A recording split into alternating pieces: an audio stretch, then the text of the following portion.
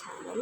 അപ്പോൾ നമ്മൾ നോക്കാൻ പോകുന്നത് ദളപതി വിജയ് അണ്ണൻ്റെ റീമേക്ക് സിനിമകളെ കുറിച്ചിട്ടാണ്. അപ്പോൾ നമുക്ക് നേരെ വീഡിയോയിലേക്ക് ആക്കാം. അപ്പോൾ നമ്മൾ ആദ്യത്തെ സിനിമ കാവൽ എന്ന് പറയുന്ന സിനിമയാണ്. ഈ സിനിമ നിങ്ങൾക്ക് എല്ലാവർക്കും അറിയാവുന്ന റീമേക്കാണ്. ഇത് നമ്മുടെ മലയാളത്തിൽ പുറത്തിറങ്ങിയ ദിലീപിൻ്റെ ബോഡി ഗാർഡ് എന്ന് പറയുന്ന സിനിമേൻ്റെ റീമേക്കാണ്. അപ്പോൾ നമുക്ക് അടുത്ത് നോക്കാം. അപ്പോൾ നമ്മൾ അടുത്ത സിനിമയാണ് കാതലിക്ക് മര്യാദ എന്ന് പറയുന്ന സിനിമ. ഈ ഒരു സിനിമ വിജയിൻ്റെ കരിയറിലെ ആദ്യത്തെ സൂപ്പർ ഹിറ്റ് സിനിമ കൂടിയാണ്. ഈ ഒരു സിനിമയിൽ ശാലിനിയായിരുന്നു നായികയായിട്ട് വന്നത്.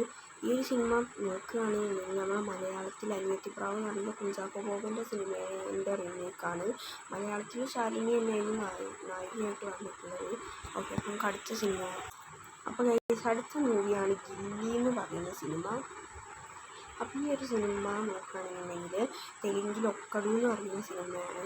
ഈ ഗില്ലി എന്ന് പറയുന്ന സിനിമയാണ് തമിഴ്നാട്ടിലെ ആദ്യമായിട്ട് 50 കോടി നേടിയ സിനിമ. ഓക്കെ, അപ്പോൾ നമുക്ക് അടുത്ത സിനിമയാണ് പോക്കിരി എന്ന് പറയുന്ന സിനിമ. ഈ ഒരു സിനിമ തെലുങ്കിലെ മഹേഷ് ബാബുവിൻ്റെ പോക്കിരി എന്ന് പറയുന്ന സിനിമയാണ്.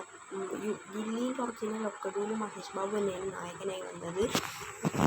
അപ്പം ഈ ഒരു സിനിമ വിജയൻ്റെ കരിയറിൽ മികച്ച ചിത്രങ്ങളിൽ ഒന്ന് തന്നെയായിരുന്നു. അപ്പോൾ നമുക്ക് അടുത്തത് നോക്കുകയാണെന്നുണ്ടെങ്കിൽ ഗില്ലി എന്ന് പറയുന്ന സിനിമയാണ്. ഈ സിനിമ സോൾഡിയർ എന്ന് പറയുന്ന ഹിന്ദി സിനിമയുടെ റീമേക്കാണ്. അപ്പോൾ നമ്മൾ അടുത്ത സിനിമയാണ് നൻപൻ എന്ന് പറയുന്ന സിനിമ. ഈ സിനിമ നിങ്ങൾക്ക് എല്ലാവർക്കും അറിയാം, 3 ഇഡിയറ്റ്സിൻ്റെ റീമേക്കാണ്. അമീർഖാൻ്റെ കരിയറിലെ മികച്ച ചിത്രങ്ങളിലൊന്നായ 3 ഇഡിയറ്റ്സിൻ്റെ റീമേക്കാണ്. അപ്പോൾ ഇത്രയുള്ള ഇന്നത്തെ വീഡിയോ. ഇതിലും കൂടുതൽ വിജയുടെ റീമേക്ക് സിനിമകൾ നിങ്ങൾക്ക് അറിയാമെങ്കിൽ താഴെ കമൻറ്റ് ചെയ്യുക. ഓക്കെ, അപ്പോൾ ചാനൽ ഇഷ്ടപ്പെട്ടാൽ ലൈക്ക് ചെയ്യുക, സബ്സ്ക്രൈബ് ചെയ്യുക, ഷെയർ ചെയ്യുക.